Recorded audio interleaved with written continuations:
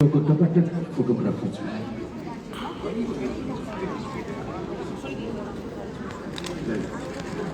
সঞ্জীব আচার্য। সঞ্জীব একটু কাইন্ডলি এসব পর। আচ্ছা ঠিক আছে ঠিক আছে, আরেকটা ক্যালেন্ডার লাগবে।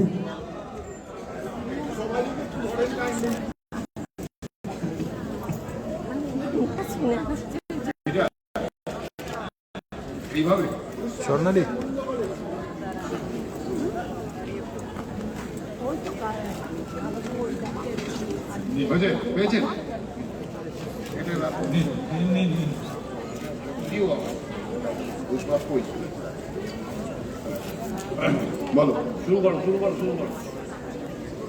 যখন আমাদের মধ্যে নববর্ষে একজন পুরাতন গানের মানুষকে পেয়ে গেছি, তাহলে পণ্ডিত শ্রীকুমার চট্টোপাধ্যায় নয় কেন? হ্যাঁ, মানে আমি নতুনই কিছু করতে পারবো না, যা হবে সব করে দেবো। নতুন মোড়কে পুরাতনই মানে আপনি একটু বসুন, পরে ভিডিও করবেন প্লিজ, বসুন। গানের আসলে মন দিয়ে একটু গান শুনতে হয়, বুঝলে আমাদের মনে হয় এলাম একটা কষ্ট সব বেকার হলো। যাই হোক, আমাদের আজকে আবার অক্ষয় তৃতীয়া পড়ে গেছে। শুভ নববর্ষ এবং অক্ষয় তৃতীয়ার প্রণাম সকলকে জানাচ্ছি। মঞ্চে যারা উপবিষ্ট আছেন সকলকে আমার শুভেচ্ছা। মনে হয় আমি ওদের সকলের থেকেই বড়। যাই হোক, তো এই যে বললো পুরাতনী মানে ধরুন 250 থেকে 300 বছরের মধ্যে গান, কিন্তু তাদের এমন রচনা ছিল, এমন রচনা করে গেছেন, যেমন পিতৃদেব শ্রদ্ধা রামকুমার চট্টোপাধ্যায় মহাশয় সেই গান নতুন মোড়কে নতুন গায়কিতে মানুষকে শুনিয়েছেন। এবং বাবার শ্রোতা ছিল পণ্ডিত রবিশঙ্কর থেকে সত্যজিৎ রায়, বীরেন খাঁ সাহেব ইত্যাদি। আমি সেই গানে আপনাদের বলবো কি ছিল। দেখুন, একটি গানে বলছেন, গানের লিরিক্সটা হচ্ছে, দেবাসন, পুরাতন হলো গত, আসে নবাগত দিন। পুরাতন হলো গত, আসে নবাগত দিন। স্মৃতিপটে আঁকা ছবি, ঝরা পাতা সমলে। আগত নববর্ষে নতুন প্রেম পরশে। আগত নববর্ষে নতুন প্রেম পরশে। কামনা করি সরসে, থাকো চির অমলিন। সকলকে অমলিন থাকতে বলছে। এই গান ছিল দাশরথী রায়ের লেখা 280 বছর আগে। ভেবে দেখুন, 280 বছর আগে এই গান রচনা হয়েছে। আমি শুরু করছি আপনাদের সকলকে প্রণাম জানিয়ে। এই বাবা শুনতে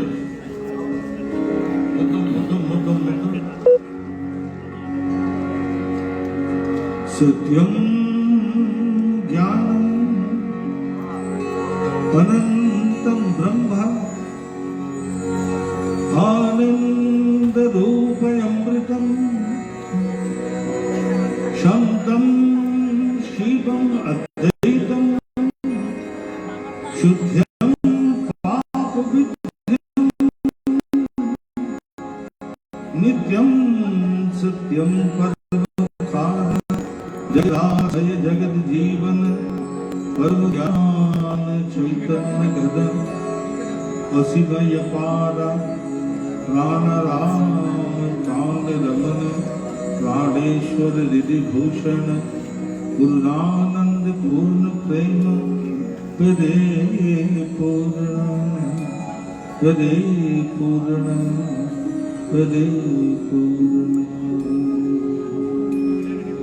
জটটা কার জট তোমরা দেখি,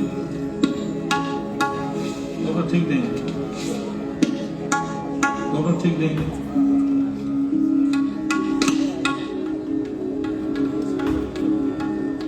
বন্ধন হচ্ছি 52 বছর এই কাজ করছি, তা বলতে পারবো না। তোমরা তো করো, তোমরা ওটাই বাজে।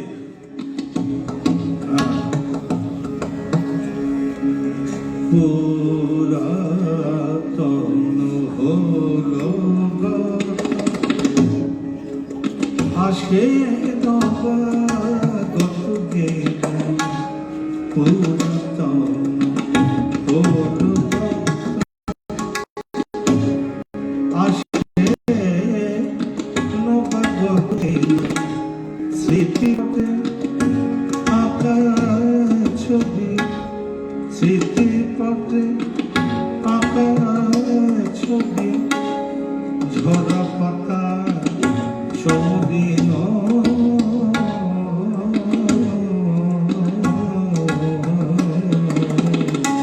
পুরাতন হলো আসে নবাগত দিন,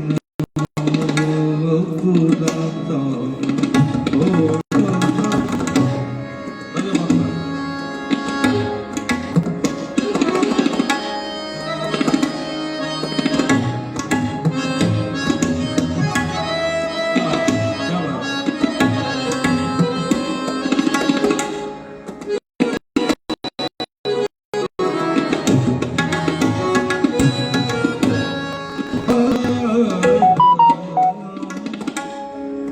আগত নববর্ষে নতুন প্রেম পরশে, আগত নববর্ষে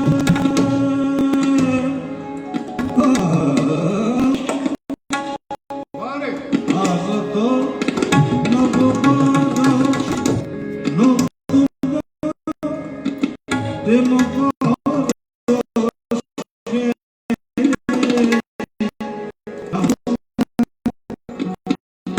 করি সরসে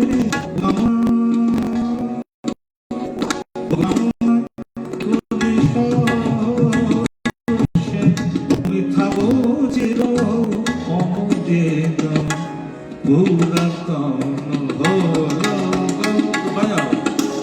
আসে নবাগত দিন, পুরাতন হলো গো।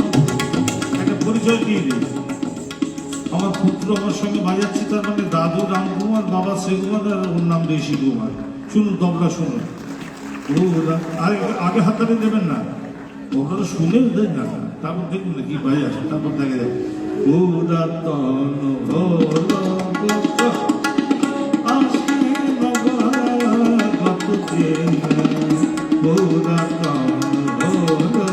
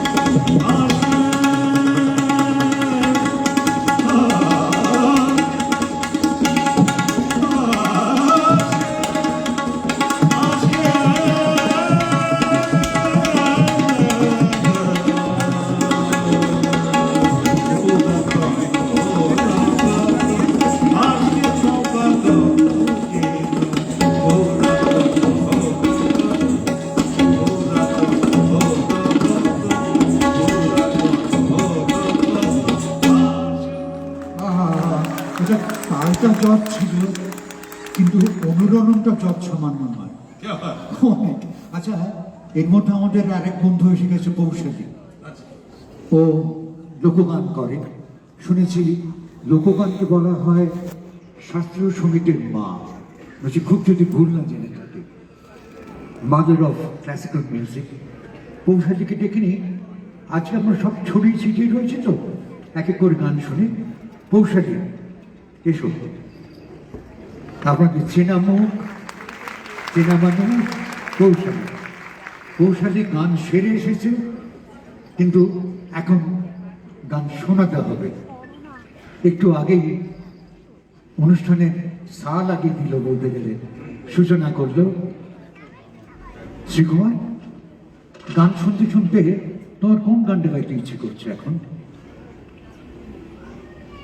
লালন ফকির। ঠিক। লালন ফকির। হ্যাঁ, তুমি গান গাইবে, তার আগে একটুখানি আমাদের সম্মানটা নিয়ে নাও চট করে। অসামান্য শ্রীকুমার, কি গান গাইছিস? পৌঁছাচ্ছে নচিছি সুচিকে কোন গানটা? চেঞ্জ করে ফেলেছি গান। আবার চেঞ্জ মানে লালন নয়? একটা পার্বতী দাস বাউলের গান গাই। না, সেদিনে শুনলাম কি অসামান্য গান করে। রেঞ্জটা কি?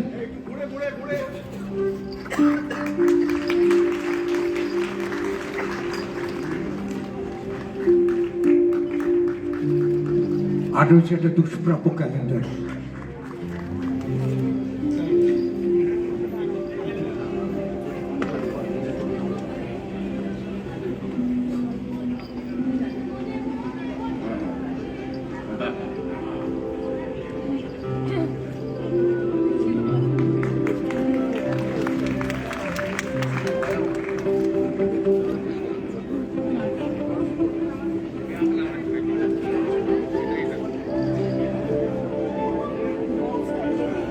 ঠিক ঠিক 1433 সকলকে স্বাগত জানাই।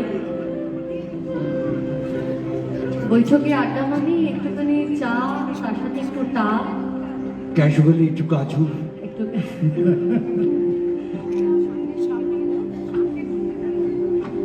ওটা রাখবে চা চিনি দেয় না, চিনি ছাড়া, চিনি ছাড়া।